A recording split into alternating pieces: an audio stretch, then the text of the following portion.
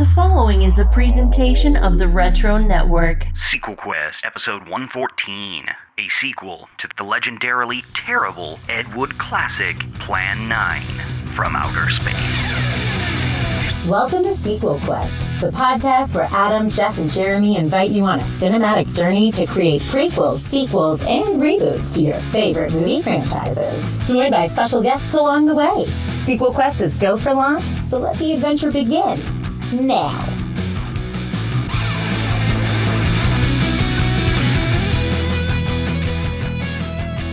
My friends, we are all interested in the future of podcasts, for that is what you and I are going to be listening to for the rest of our lives. We are giving you all of our pitches for a sequel to Plan 9 from Outer Space, based only on the secret testimonies of the miserable souls who survived this terrifying ordeal. But, my friends, we cannot keep this a secret any longer. Can your heart stand the shocking facts about the hosts of the SequelQuest podcast? He's interested in the unknown, the mysterious, the unexplainable. That is why he is here. Speak now, Jeff. So I speak, or thus I... Yep. Currently emerging from the grave, ready to punish the guilty and reward the innocent, speak Jeramy. I have spoken. And reminding you that last night I saw a flying object that couldn't have possibly been from this planet, but I can't talk about it. I'm muzzled by army brass. I can't even admit I saw the thing. I'm Adam. And finally, reminding us that future events like these will affect us in the future. From the Mystery Movie Night, Hellbent for Letterbox, and Nerd Lunch 4th Chair Army Invasion podcast, it's Michael May! Hey, had to hold my laughter into that whole thing. Thank you so much for joining us, Michael. We are excited to have you on board for this adventure. Oh boy.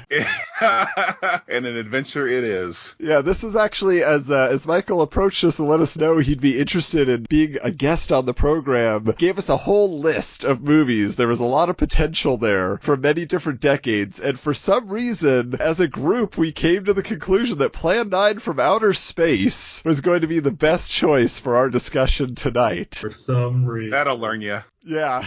Well, I would like to point out the reason it's for some reason is because Adam was not the one in favor of it, but we outvoted. Can you believe it? I did not strong-arm my co-hosts into this. But this is a film of infamy. For those who need a quick catch-up here, Edward D. Wood Jr. wrote and directed a handful of films in the 50s that went on to a certain sort of acclaim for their lack of quality, I guess is how you would put it. Right. You know, initially he wrote and starred in Glenn or Glenda, a film about cross-dressing. Has anybody watched this? Oh, heck yeah. Yeah, 1953. And would you really call it a film, Michael? How would you describe this? I don't think it kind of wants to be a documentary. An educational film, like, yeah. Bela Lugosi pulling the string for some reason. Oh, the strings. Yeah, talking about dragons and eating snails. I don't get it. The devil appears at some point.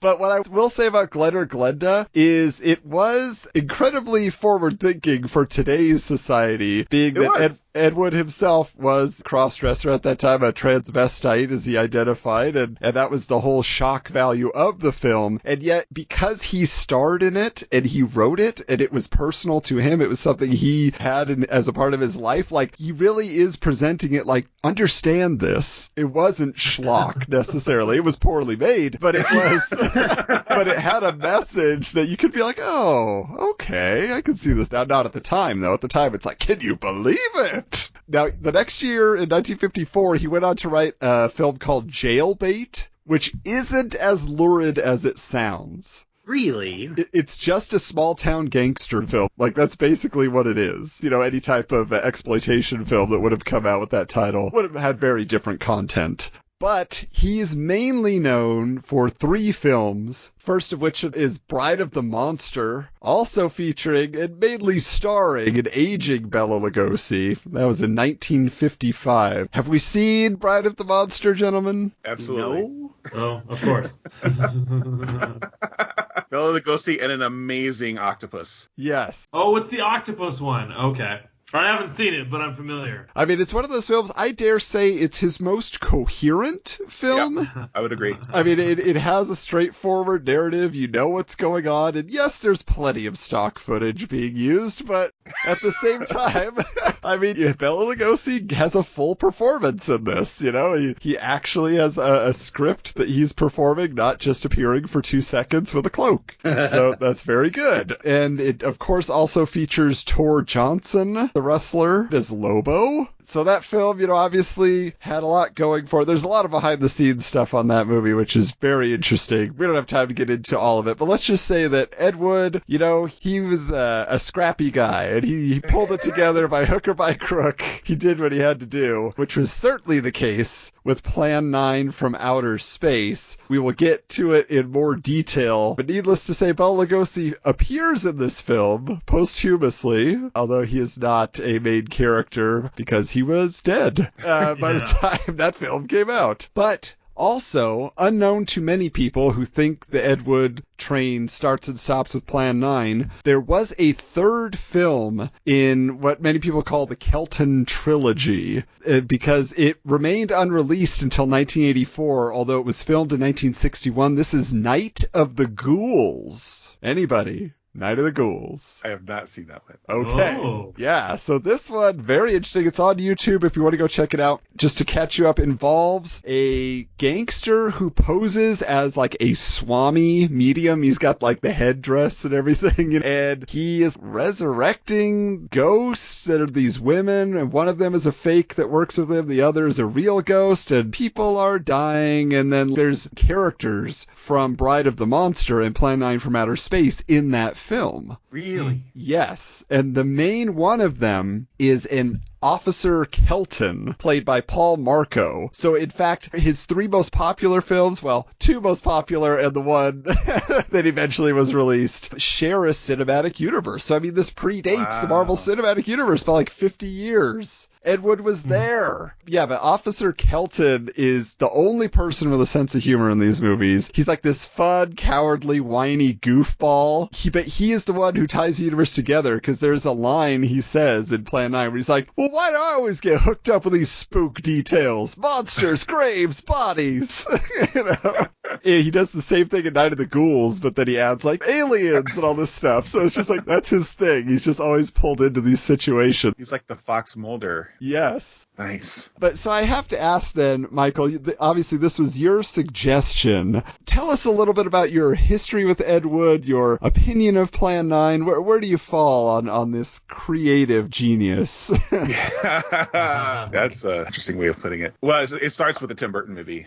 I was a big Tim Burton fan when that movie came out, and I still enjoy Tim Burton to some degree, but I was a huge Johnny Depp fan. I think that was the real draw for me, and I've kind of fallen off that bandwagon a little bit too. But at the time, it was like a lot of great tastes coming together, and I love that movie, and I love just kind of the passion that Ed Wood has in it, and he's got just these dreams of being this writer, director, producer, and I love, like, there's a scene with him and I think it's Vincent D'Onofrio playing Orson Welles, and knowing that like that was kind of what Ed Wood was like trying to achieve, was he wanted to be basically Orson Welles. And in that movie they cover these 3 films, Glen or Glenda, Bride of the Atom, and Plan 9 from Outer Space, and so I wanted to go back and watch the actual versions of those, and I pretty much agree with all of your commentary on all of them. I think Bride of the Atom is kind of the most cohesive, accessible one. Glen or Glenda is completely bonkers in a really entertaining, so bad it's good way. And then Plan 9 from Outer Space is like almost so bad it's good, but then it kind of goes back around to bad again. So I wish that I liked Plan 9 from Outer Space more, but there are just these kind of iconic elements about it that make it rewatchable for me, even though it's not a good story, it's not well crafted in any way, but I think there's some entertainment value there. It's interesting too, because you know, if you can't quite get through Plan 9 or Bride of the Monster, Bride of the Atom original title, and Grave Robbers from Outer Space original title of Plan 9, so many changes, but they have also been featured in Mystery Science Theater 3000 based projects, you know, so Bride of the Monster, and also an Ed Wood film he penned called The Sinister Urge, our classic MST3K episodes, and Riff Tracks has covered Plan 9 from Outer Space, so, you know, it was bound to happen, obviously, but if you need a little extra help to get through the ineptitude, it is there. Jeff, I know you held, you know, very regular bad movie nights for quite a long time. I don't know if that's still continuing. Where does Ed Wood's oeuvre fall for you in that?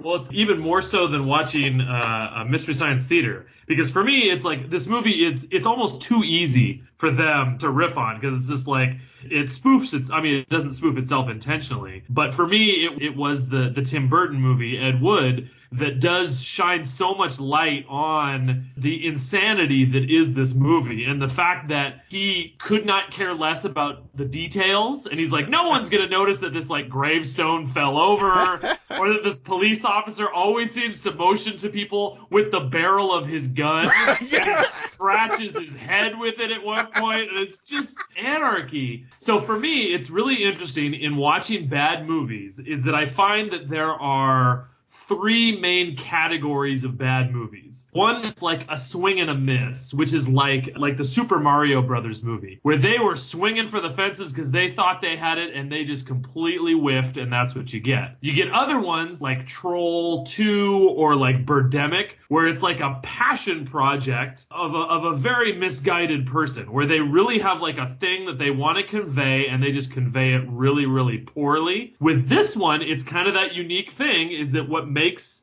it so great is that Ed Wood legitimately thought that plot line, character motivation, like set pieces, even like cohesive storyline, he didn't care about any of those things. We talked about Bela Lugosi. He literally threw in a clip that Bela filmed for a different movie, or what he thought was going to be a different movie, and inserted it and like tried to build the story around these random moments with Bela Lugosi. And wait. So he basically just did what J.J. Abrams did with Carrie Fisher. Well, except for this was like, yeah, I mean, to write the whole story around something that made no sense, where, you know, again, an old man going to his wife's funeral in a zombie movie. Like, what? It just doesn't make any sense. Yeah, well, that's interesting. Like you say, categorizing bad films, you really look at it and you're saying, well, this is like the grandfather of them all, most people consider, right? This is the one that has the most infamy, that had its cult for, even like in the 80s is really where it exploded and got huge. I was watching this documentary that was made in the 80s where like they went and interviewed as many of the cast members as they could and all of Ed Wood's ex-wives and everything, and people were writing Plan 9 musicals back then. I mean, they were selling merchandise. Like it was getting to be a kitsch thing at that moment. And then I feel like as, you know, the late 80s and the 90s, 2000s, like other movies have taken its place. Like you mentioned Troll 2 and Birdemic and The Room, all of those have kind of gained a little bit more notoriety, where this one's just maybe a little bit more cute.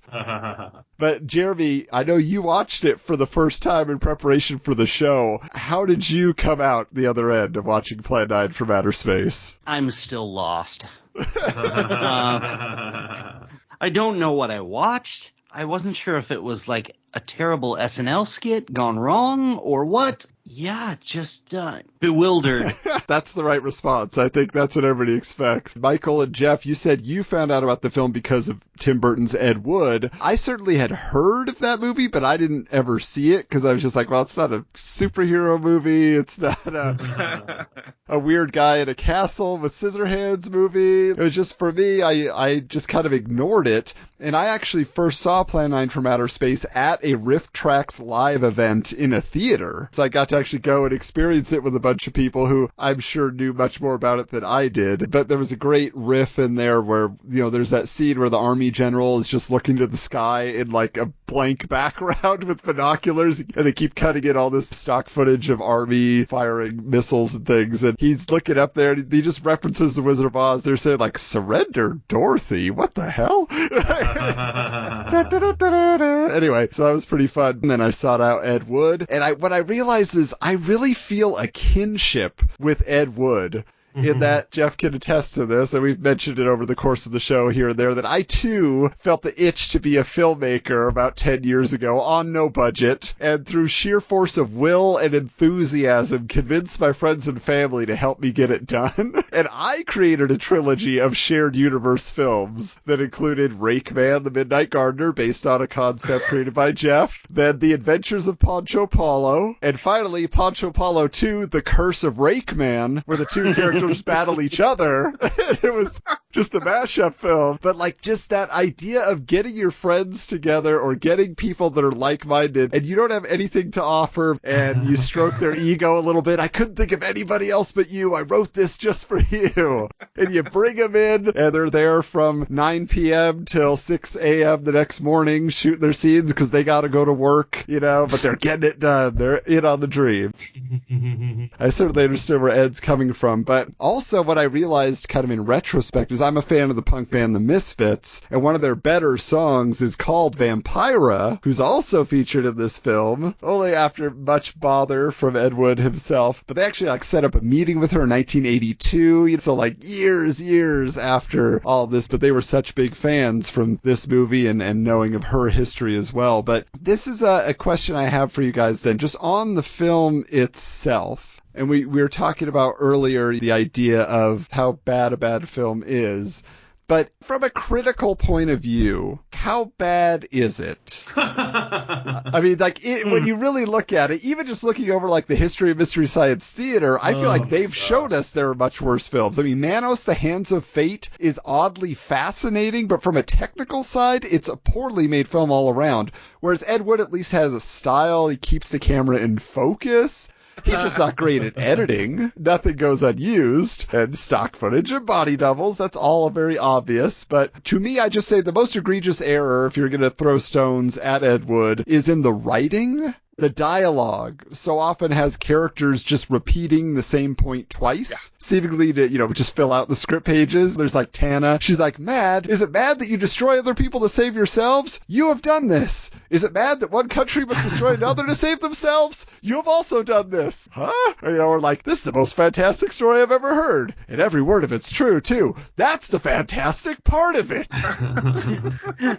Yeah, for me, it just feels like it's the perfect storm. Where it's to say you can nitpick one thing, I don't think you can. I think literally everything about it. I don't know that I would agree. Yes, okay, the camera is in focus, but there's plenty of shots that are wrong from a technical perspective. It's kind of the classic, there's a paper plate on a string that's spinning around. That must be a flying saucer. All of that is really bad. The performances are horrendous. I mean, how much could you do with that dialogue? I don't know, but they made it so much worse. And I mean, they even said, what was it? Because the whole story is that he got funding for this movie from was it a Baptist church? Yeah. It was a church that wanted to make the movie about John the Apostle, and to raise money, he said, you know what people love? Sci-fi movies. If we make a sci-fi movie, then you can make enough money to make your big-time movie about the Apostle John. And so, I think the main character is their choir director,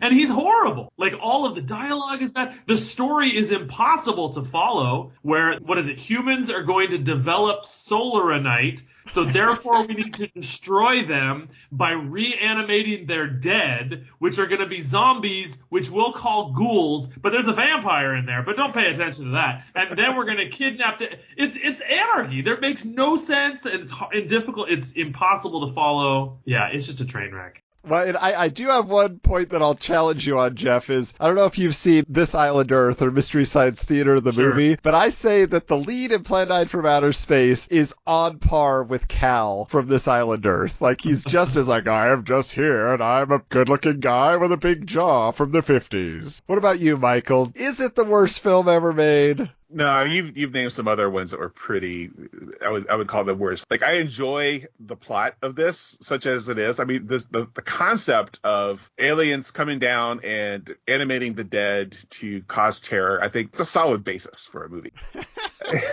And, as crappy as the special effects are, I find them really charming. The plates on the strings and just lighting them on fire, and Vampira and Tor Johnson and fake Bela Lugosi walking around the graveyard is ridiculous but fun. And the shifts in scenes, like one scene is on a stage and so it's completely black, and then the next shot supposedly at the same location is on location, and they're shooting day for night. And so it's like it's daytime in one shot and then nighttime in the next shot and daytime in the next shot. But I find that endearing in this. Like, the parts that bother me are like a lot of the dialogue that you were talking about. Like, the lieutenant says at one point, like, one thing's for sure, Inspector Clay is dead, murdered, and somebody's responsible. That stuff is crazy, but like the guy, pointing at everybody with his gun, I think that's hilarious. So I do find a lot of entertainment in it, whereas there are other bad movies where I'm not having a good time with them, and this one I do at least have a good time. That's a good point, is that, and you kind of mentioned this earlier, Michael, is that there can be a difference between a bad movie. I don't think there's such a thing as it's so bad that it's good. It can be so bad that it's fun. Whereas there are some movies, like for me, like Battlefield Earth is just so bad that it's painful. Like I can't, until the last 15 minutes, I can't even sit through the rest of it because it's just painful. Whereas you're right, this one is so bad that I'm laughing the whole time. And that's enjoyable. Yeah, it's redeemed by the entertainment value, however unintentional. Unintentional, yeah, good point. But, Jeremy, I have to ask you, regarding the aliens in this film, how did you feel about those invaders and the machinations that they had going on? What was your take? Were you threatened by them in any way? No, they were the weakest alien invaders that were supposed to be threatening that I've ever come across. They seem like a bunch of people from a country club. They're just like, you're stupid, stupid! Just a bunch of like spoiled rich guys, just kind of talking about how they've got it all figured out. We're going to stop those Earthlings. Then you use bombs and you split the atom and you'll annihilate us all. You should have cast Ted Knight. Oh, okay. Yeah. A young Ted Knight would have been great. So here's what I have to tell you guys, though. This is really interesting. So there was an actual remake of this film in 2015 called Plan 9. But it is set in Nilbog. Anybody want to identify that town? Wow. Goblin spelled backwards. That is right, from Troll 2. So it's so weird. Like, it has nothing to do with, like, goblins don't show up. There's nothing like that in it. But they just, I guess, as a reference and in-joke. But it has all the same character names. It has the same basic plot line, but it's gory. And it's basically saying, if you had a little bit more of a budget and you were self-aware, this is what Plan 9 from Outer Space could be. That is on Amazon Prime. You can check it out. But tonight, we're here to propose a sequel to the original film, not a remake. And yet there was a sequel in the form of a comic book in 1991. There was an independent publishing company called Eternity, and they had produced a Plan 9 from Outer Space adaptation. And then they made Plan 9 from Outer Space 30 years later, which told the story of Jeff and Paula Trent's daughter becoming a reporter who's contacted by some rebels from the home planet of Eros and Tana from the first film that want to save the Earth from Plan 10, which basically involves synthetic doubles of Earth's most powerful leaders passing legislation and selling products that ruin the environment so our world is destroyed and scientists can never discover the solar night formula and explode sunlight and the universe. Wow. I hope that didn't take away anybody's pitch tonight. But yeah, I'm scrapping my pitch. Let's just make that movie. Yeah.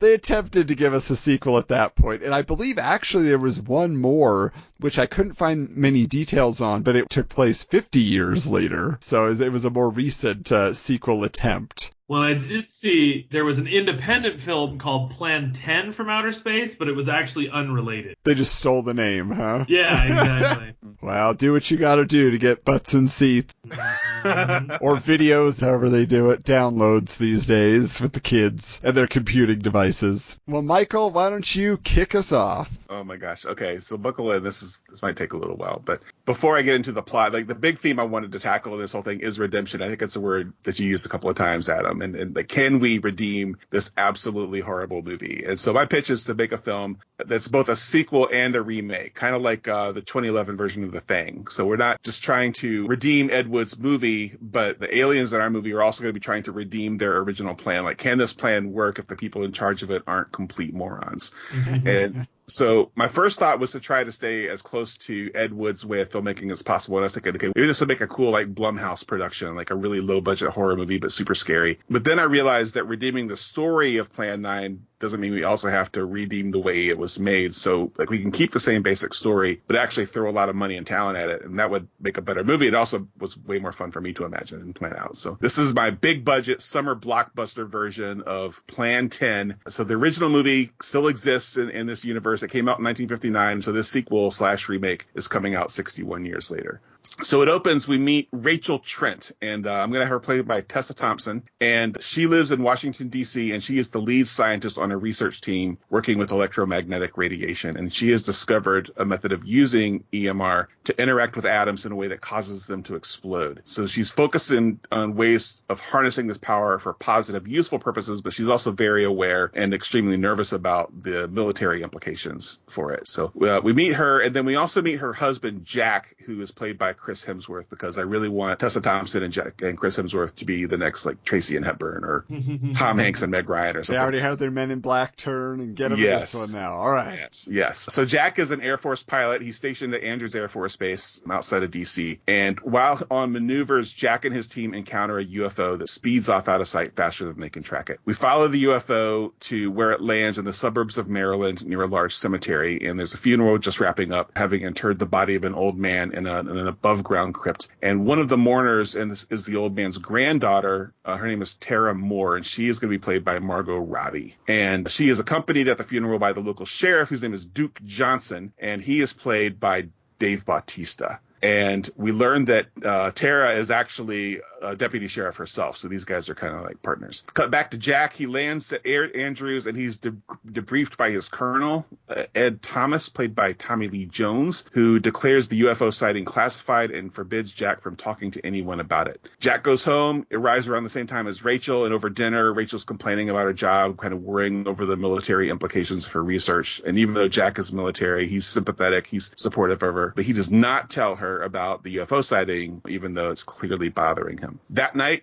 Sheriff Johnson and Deputy Moore are on patrol and get a call about a death at the cemetery. A groundskeeper has been brutally murdered and torn apart as if by a wild animal, and Sheriff Johnson goes to investigate the crime scene while Deputy Moore goes to the cemetery office to interview the person who found the body. And she wraps up the interview and goes out to find Johnson because he's not responding to his radio. So she goes out into the cemetery, and she is attacked and killed by the undead corpse of her grandfather, who is played by a CG Bela Lugosi. So we were doing absolutely what JJ did with Leia. Cut to Sheriff Johnson, who's walking around the cemetery trying to get his radio to work. It seems to be intact, but he can't get anybody on it due to some kind of interference. And he's been following a trail leading away from the murdered groundskeeper, but it's kind of led him to a dead end. So he decides to go back to the cemetery office, try to find his deputy. She's not there in the office, but the cemetery director is kind of distracted though because there's this TV report of UFOs appearing all over the world. We cut back to Rachel and Jack. They are watching a similar news report, and Jack comes clean about his sighting earlier that day. He explains that he was told not to talk about it, but the cat's out of the bag now, so he kind of tells Rachel everything he knows. He gets the impression that his commander knew more about the UFOs than he was telling, and Rachel starts to suspect a cover-up, but Jack isn't sure it really is that serious. But during the conversation, we learned that Jack's grandparents went through something similar in the late 50s, and we're not going to spell it out, but that was Jeff and Paula Trent from the first movie. Cut to Andrews Air Force Base, where Colonel Thomas is meeting some other top brass, and we learned that there is, in fact, a government cover-up. In fact, the UFOs have been trying to communicate with the government, but orders are not to respond. Then we cut to a flying saucer landing in the forest near the cemetery, and inside there are two human-looking aliens receiving a communication from their commander via hologram. The two aliens in the saucer are named Philia and Enawa. They are played respectively by Lucy Liu and Ming-Na Wen, and their commander is named Rula, and she is played by Michelle Yeoh.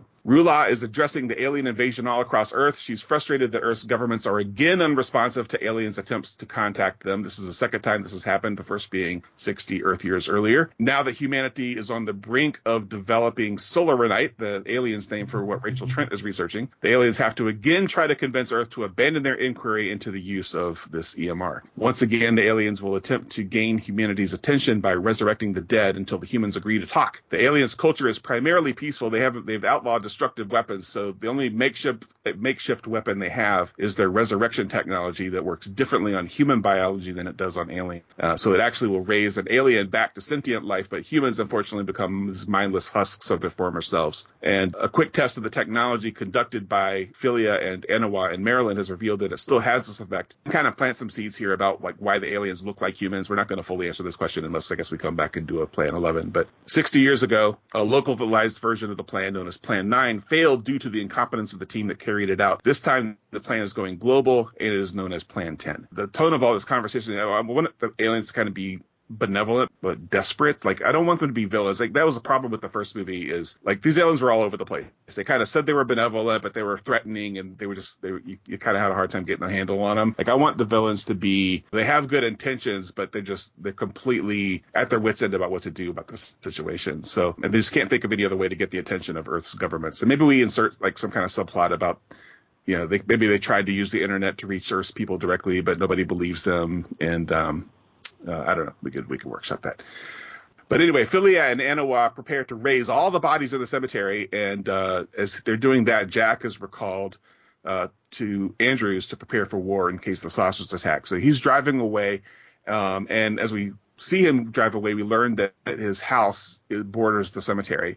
And we see undead Bela Lugosi leaving the cemetery and entering Jack and Rachel's neighborhood. He's headed toward their house with Rachel now inside by herself.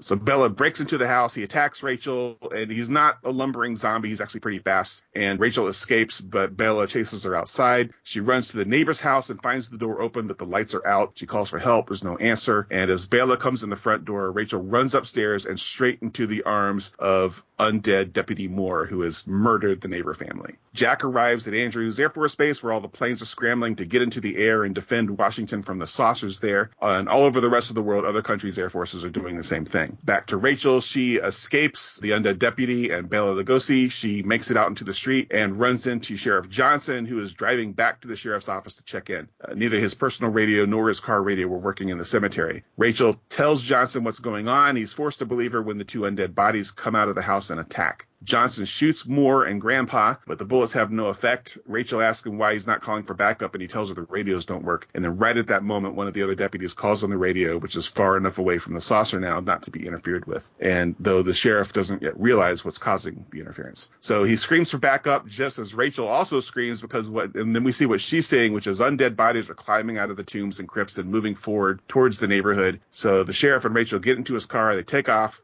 trying to draw the horde away from the neighborhood. Some of the zombies do follow them. And as Johnson drives, he and Rachel talk about what's going on, how this all started in the cemetery, how Johnson's radio wouldn't work there. And Rachel kind of puts together that whatever's causing this must be located in or near the cemetery, probably not too far from the grandfather's crypt. Johnson realizes that the crypt is on the edge of the cemetery near the woods, and he even knows of a hollow in the woods close by, so they decide to drive around the cemetery to the woods to investigate. They get there, and everything is quiet except for this faint hum off in the trees, so they go and they investigate. They find the saucer, and Philia and Anawa see them coming. They leave the ship to beat them, and they explain what's going on, that they're desperate to stop the development of the Solaranite. And once they explain what that is, Rachel will understand that it's what she's been working on, and she's inclined to cooperate, but Johnson is furious about the zombies and all the people that are being killed right that very minute. So he holds Philia and Anawa at gunpoint, makes them take him and Rachel aboard the saucer to stop the zombie invasion. Philia and Anawa don't have guns, but they are magnificent at unarmed combat. They easily disarm Johnson and take him and Rachel prisoner and have them enter the saucer. Rachel reveals to Philia and Anawa that she's the one who's developing the Solaranite technology, and she promises to quit and destroy all of her research if Philia and Anawa call off the attack. Philia and Anawa agree, but they say it won't be easy. Theirs is just one part of a global attack. They can save the people of this area, but they'll have to try to convince Rula to stop the global attack. So they contact Rula. She says that she'll call off the attack only once the research is destroyed, and she has assurances that Earth's governments will talk to her. So Rachel immediately agrees to destroying the research, but says that it'll take more time to get someone to listen about meeting the aliens. But Rachel promises that she'll work diligently to make that happen. And that's good enough for Rula, but the research has to be destroyed before she'll call off the attack. And in the rest of the movie, movie is Rachel and Duke Johnson and the two aliens breaking into Rachel's lab to destroy her research, and there's plenty of guards, and the only weapons are Johnson's guns and Philia and Anawa's fists and Rachel's wits, and it's all very exciting. And during all this, we'll kind of keep cutting to the dogfight between Jack's team and the flying saucers. Very tense, people die, but Jack will come out of that okay. And then once the research is destroyed, Philia and Anawa contact Rula. She calls off the zombies, but she warns that the attacks will resume if Earth's governments fail to respond in 2 days. Rachel and the sheriff aren't happy with all the deaths from the attack, but they go quietly when Philia and Anawa return them to the sheriff's car. Rachel particularly mourns the circumstances around her meeting Philia and Anawa, knowing that she could have learned so much from them, and they also wish that they could have met her under different circumstances. And finally, the saucer takes off as Rachel and Johnson walk to the car. We see the saucer rise into the sky, and as it rises, we see the empty graves of the cemetery and the devastation of the neighborhood and the neighboring town, and zombies are falling in the street and lie dead next to the innocent people that they've killed. So Earth has been horribly hurt, but at least it will survive to try to correct its mistakes. They tampered in God's domain.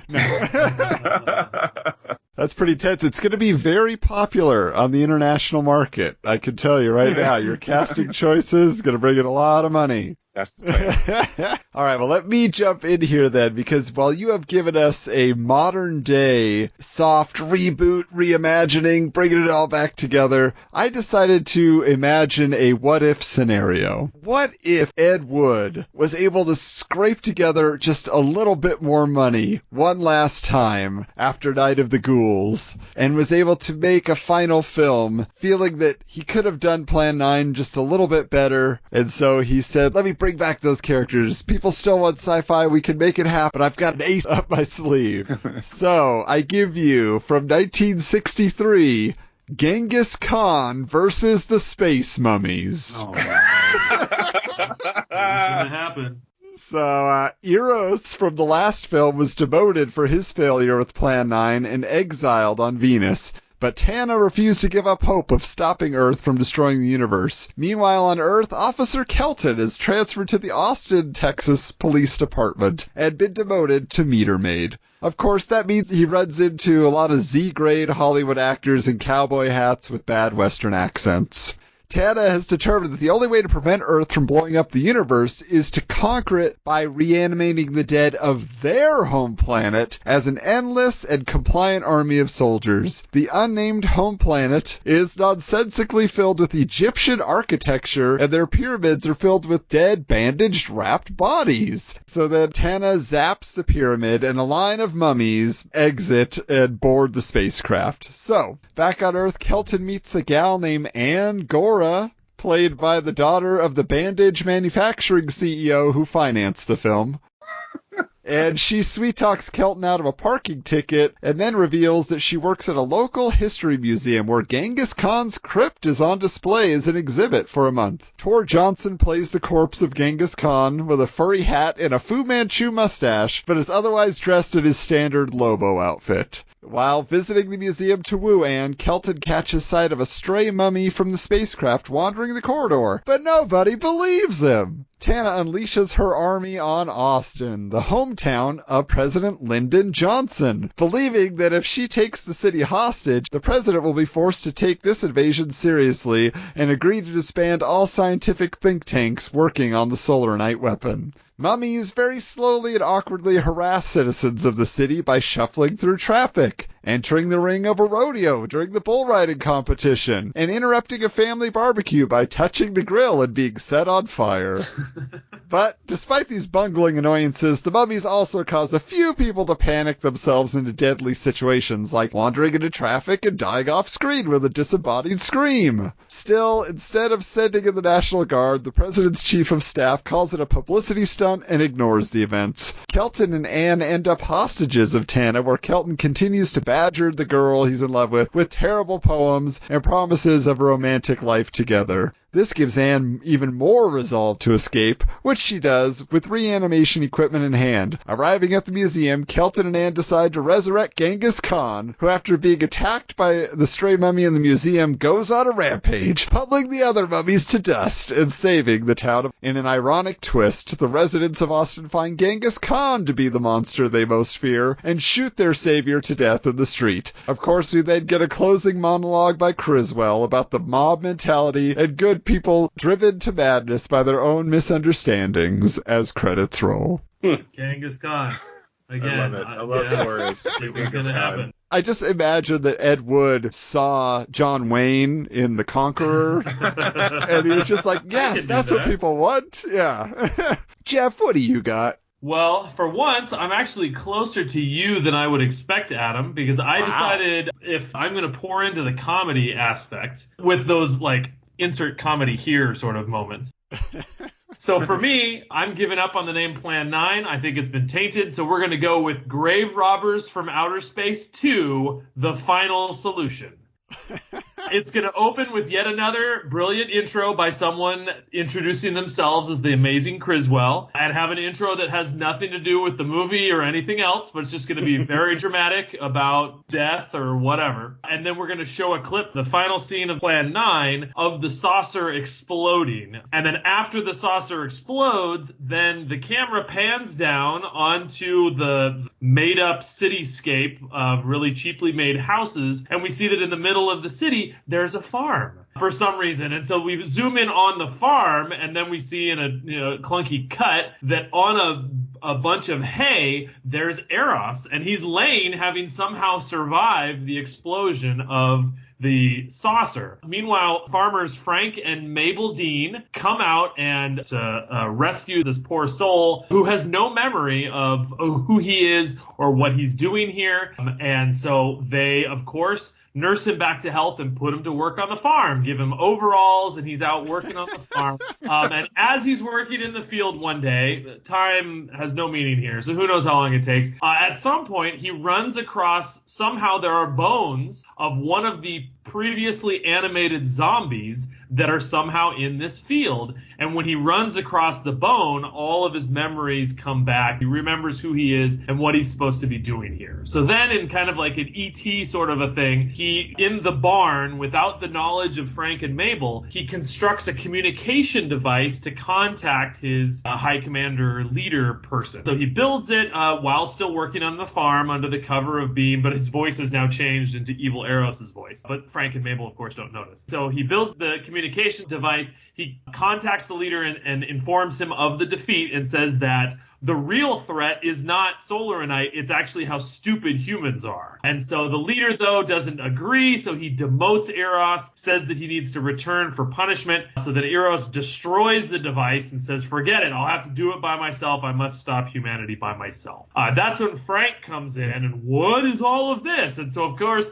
Eros starts monologuing and reveals his entire evil plan, that what he's going to do is he's going to turn humanity's greatest hero, which somehow is Jeff Trent, into their greatest villain, which will then throw the world into chaos, which will allow us to steal the elements to make a modified Solaranite, which will only destroy the sunlight molecules here on Earth, which will plunge the Earth into darkness, causing the humans to destroy themselves. Ha ha ha ha ha ha ha. But first, I need to capture Frank and Mabel somehow, brainwashes them to be slaves, then goes after Jeff. First he captures Paula, and then he captures Jeff. And then, kind of like in your story, the four of them become humanity's greatest villain, which in this case means they knock over a newspaper stand, they turn off a traffic light, and they break one window. And then newspapers come out, and the world decries Jeff Trent, world's greatest villain, and blah, blah, blah, blah. And everybody hates for them. So then that's when they start doing this kind of like Ocean's 11 style plan, but of course in a Plan 9 sort of a way,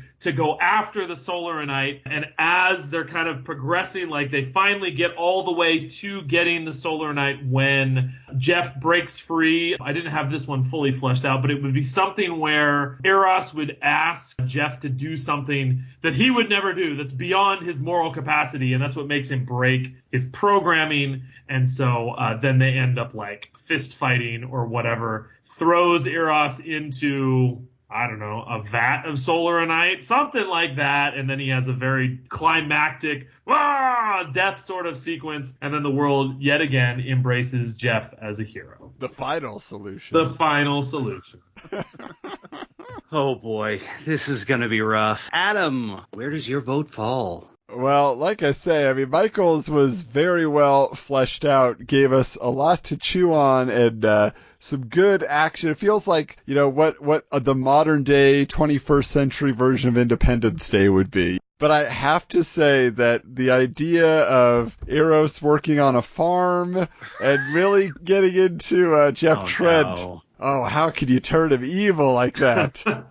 I gotta see it. I got a few ideas of my own, so I gotta vote for Grave Robbers from Outer Space 2, the final solution. All right, Jeff, where does your vote fall? I really liked trying to envision taking this movie seriously. Like, what would it look like to really do it as, like, you were painting out? But so that's what's interesting, is that you're going in that direction, and then Adam, you're going in the more comic direction, which obviously was the one that I was saying. So, like, they're two different movies. So, come back to me. I gotta think some more. I'll add this is a first. All right. Michael, where does your vote fall? Wow, yeah. So, like, I wrote the pitch that I could write. Like, there's no way, like, I just don't have the comedy chops to come up with what the guys did.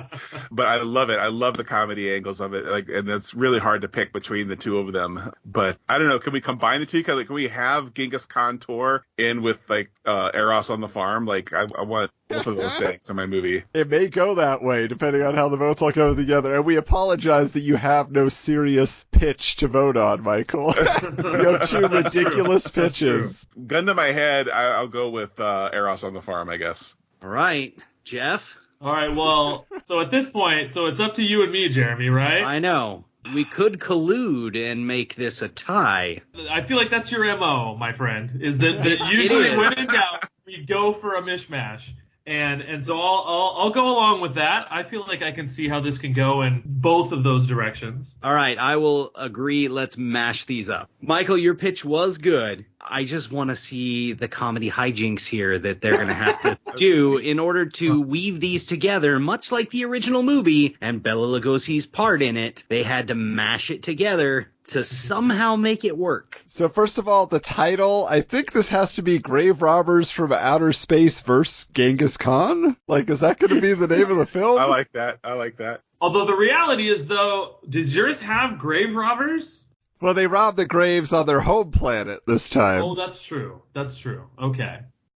For me, it was kind of the fact that there aren't any grave robbers. It made it work. So, I mean, we could also go in a completely different direction. Or we just call it Space Harvest, and because there's some farming, then you just call it Space Harvest. Makes about as much sense. Yeah.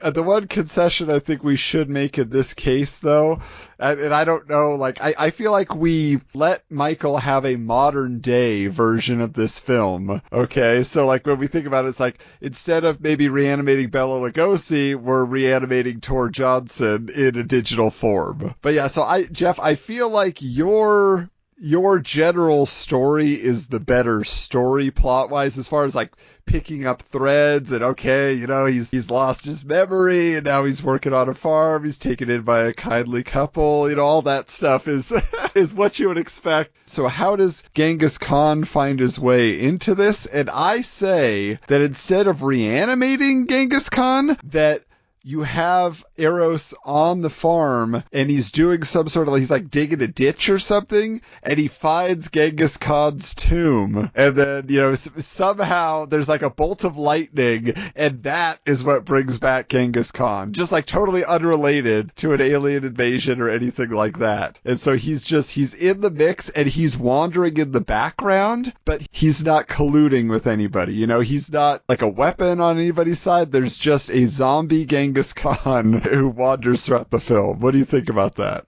Well, I wonder, could we combine turning their greatest hero into their greatest villain? Could we use Genghis Khan as the greatest villain? Would that be the change of pace then? Is that you have Jeff Trent is the villain and Genghis Khan is redeemed from history? We could. I was thinking, like, what if he turns Jeff Trent into Genghis Khan? Could he transform him somehow? And it's like, you, of all the things. Maybe it would be like King Tut on the 66 Batman series, as he gets bonked on the head and he thinks he's Genghis Khan, and then he just starts wearing the outfit and he just goes from there. Okay. As long as I really want to protect Jeff's litany of crimes is like the one broken window. Well, that's what I feel like. If he thinks he's Genghis Khan, like, yes, he's infamous murderer throughout, his many conquerings, but I feel like he doesn't have a sophisticated sense of mayhem. Yeah. So, yeah, it really would be, it'd be like stealing people's chicken wings, or I don't know. I mean, if we go with the Bill and Ted thing, he's going to get into some mischief at some sporting goods store, Right. He likes Twinkies, But, Jeff, what you were saying, though, is the ultimate plan when they turn their greatest hero into their greatest villain, does that just bring down the morale of the United States and make them ripe for conquering? Was that the basic idea? Well, it was, at least my initial thought was that it was a twofold chaos, where it was the first chaos of the greatest villain was going to freak everyone out so he could steal the Solaranite, which then that was going to create the chaos, which was going to make them kill each other. So it was like chaos upon chaos. I see. We need a role for Officer Kelton in all of this. Right. I mean, he has to somehow be our hero. Kelton has to come and save the day. So what I'm trying to figure out is it as easy as just bonking Jeff Trent on the head? And then he's awoken and they are able to go combat? Because like you said, we had Eros regaining his memory as well. Like maybe they get bonked by the same board in a barn, or same bale of hay. Hits them both at the same time. And then they switch back. And then from there, Jeff and Kelton are doing what they can to stop Eros. But I feel like there needs to be, like, instead of him falling in a vat of Solaranite or whatever it was going to be, it needs to be much simpler and almost, my thought was like, you kind of want to get the Supreme Ruler back in there because he was so great. I just want to have him come down and, like, shame Eros or something. Literally like, you come home now type of thing. Like, you've caused enough trouble. Leave it at that just because they ran out of money or whatever, something along those lines. Or what if we're making Jeff Trent think he's Genghis Khan, and that's what makes him such a villain? What if we end it like they end The Shadow, where he's in the insane asylum saying, I am Genghis Khan! I am the ruler of... So we could make Eros think he's Genghis Khan. But then, I don't know where that gets us. No, but that'd be awesome, right? Is that, like, for no reason whatsoever, Eros gets bonked on the head, and anybody who gets amnesia thinks they're Genghis Khan in this universe. Yeah. Oh, it's beautiful. It's beautiful. All right. So now here's the question we have to ask ourselves. We have our basic plot, but this is now a modern day film. So which of our terrible directors in the modern day are we nominating to direct this film? Jeremy, come on, let's bring him in. Josh Trank. Yeah! Does he do camp enough? Oh, yes, he does. I saw Fantastic Four. Yui Bowl. Uva, I think, is officially how you pronounce his first name. But we say Yui over here. Yui Bowl. A lot of bad video game-based movies. He seems like he would have a misunderstanding just in general of how life works. The next is Tommy Wiseau. Who did you have in mind, Michael? Shyamalan, man. Oh, yeah. See, he would want to make your movie, Michael. That's the problem. Right. But he would end up making your movie. That's true. Maybe? What The Happening, right? That was basically his Plan 9. Yeah, true. No, it was Airbender was his Plan 9. He's got a couple. He's got a couple of Plan 9s. Had a bad run there. Bad run. True. Although it is kind of interesting because it's like, yeah, it's that thing. If you get a bad director to direct a bad movie, I'm not sure you get a bad movie. I think you just get it. It's almost like what if we got Tim Burton? Like, don't you think Tim Burton could do it well? Where it would be like, this is bad. Like, good on you. Like, you nailed it. Possibly. I was thinking somebody, like, who would even be more self-aware, like Seth Rogen. Like, get him in there. He would just take it and run with it and enjoy it. And he'd probably make it a little raunchier, obviously. But I feel like he would be someone who's like, oh, okay, I get what this is. Or, James Franco loves terrible movies. Did The Disaster Artist. He was so involved in that. Just give him a directorial credit on this. See what he comes up with. Yeah, I feel like with someone like Seth Rogen, the problem is it's done with a wink.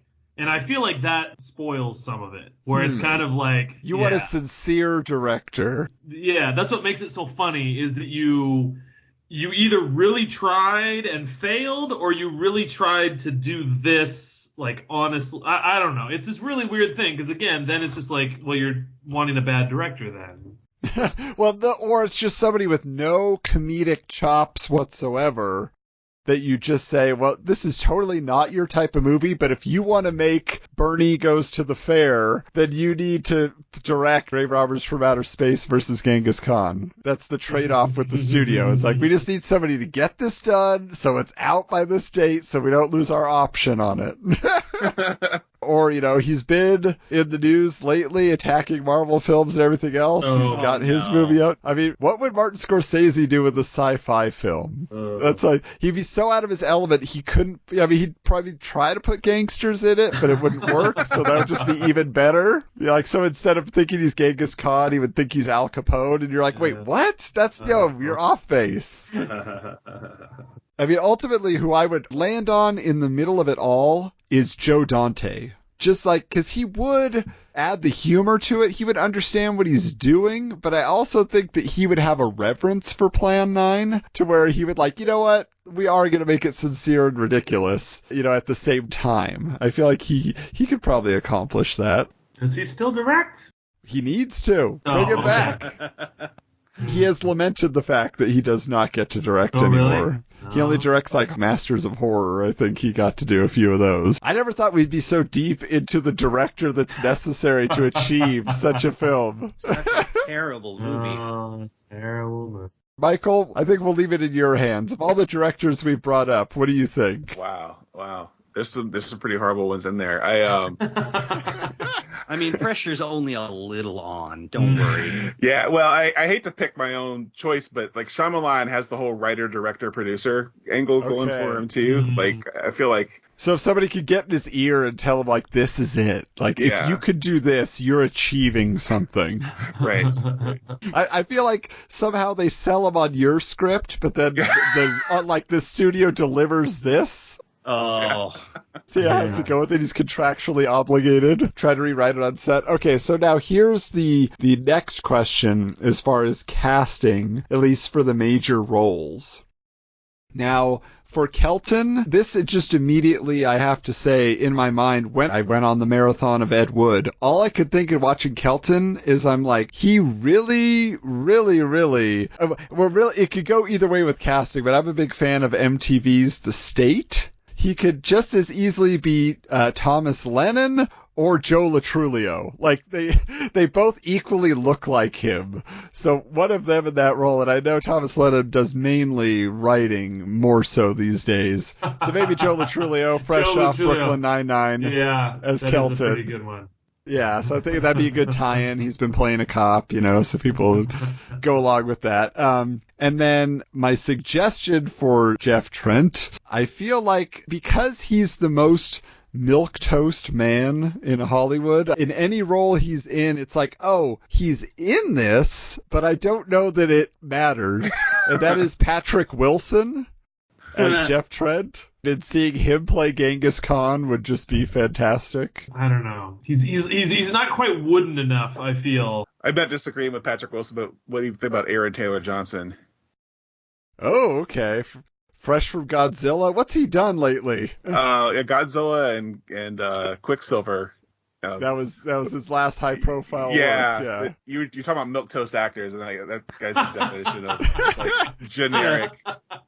And I think you're right, because he's probably more on the level of the type of actors we want in this. We don't want anybody with too big a resume. I'm fine with that, Aaron Taylor Johnson. Okay, what about for Eros now? Who are we thinking?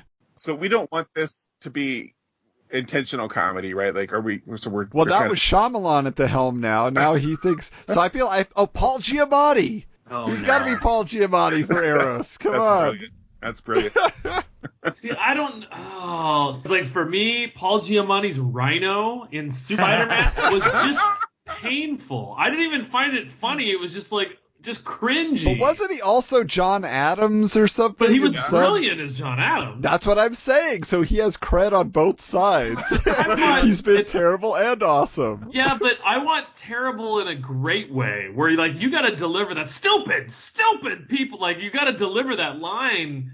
Not as a psychopath. I don't know. I need to. I mean, he had some good moments in Sideways. He is a shouter. That he does that well. Yeah, that's what I'm saying. I feel like his meltdowns, that would be the memes that everybody would latch on to after this film, is Paul Giamatti as Eros. What about Travolta? No. Wow.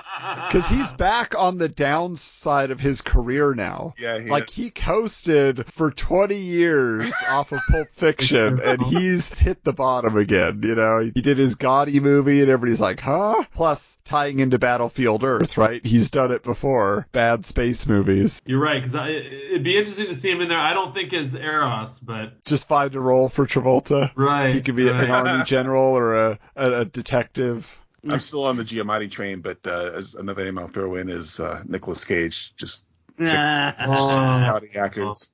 Oh, how does he not come up more? I just feel like Nicolas Cage's last 20 years, every movie he's made is equal to Plan 9. Right. You know what I'm saying? Like he's already achieved that. So it would give us that credibility to begin with, if you want to call it that. It's like, it's a Cage film. But is that really what we want? Or do we want this to be like, the movie that people, thought was going to be good is actually really horrible? Well, I'll tell you this much. The trailer's going to have no Genghis Khan in it. It's just going to be in shadow. It's going to be, you won't have seen any of it. And actually, I think there does have to be a twist ending with Shyamalan at the end. Genghis Khan never really existed. I don't know. It's like there's a little Genghis Khan in all of us. I don't know what it's going to be, but it's like we're all Genghis Khan, and you see, it's kind of like the end of V for Vendetta. Everybody's dressed as Genghis Khan. They all just are in a town square. That's how you work Tor Johnson in as Genghis Khan, too. Sounds fine, yeah. We've got studio approval from Jeff, and that's good. Well, Michael, thank you so much for bringing this up. What a wild roller coaster and a fun discussion we've had here. You're very welcome. So tell us, Michael, where can people find you on this internet? Oh my goodness. I'll send them to Twitter at Michael May Comics with an X, and I tend to tweet about the various podcasts that I do there. Hubbard for Letterboxd is one of them, the Western podcast I do with Pax and Holly, and Fourth Year Army Invasion on the Nerd Lunch feed, where Adam and I have done some stuff together. Yeah, it's actually been super fun. If you want to go back and hear us talk with William Bruce West all about Rambo, check it out. But I'll also plug for you too. So Michael has an awesome collected work of comic books from Dark Horse Comics called Kill All Monsters. If you like sci-fi, if you like adventure in a fun vein, go out and find it. And remember, perhaps on your way home, someone will pass you in the dark, and you will never know it, for they will be from the SequelQuest podcast. Michael, why don't you actually, Jeremy, did you have a synopsis you wanted to give us, or should we just leave it alone? No, I think we've touched enough on this synopsis. What would be the point? We've discussed more of the plot than any of the synopses that I've come across. So. The movie itself. Very true. We thank you for listening to this episode of SequelQuest and invite you to continue the fake movie fun on social media. Submit your ideas for future episodes to sequelquestpod@gmail.com or SQPod on Twitter. The films and characters discussed on SequelQuest are the property of their respective studios and license holders. No copyright infringement is intended. This has been a presentation of the Retro Network.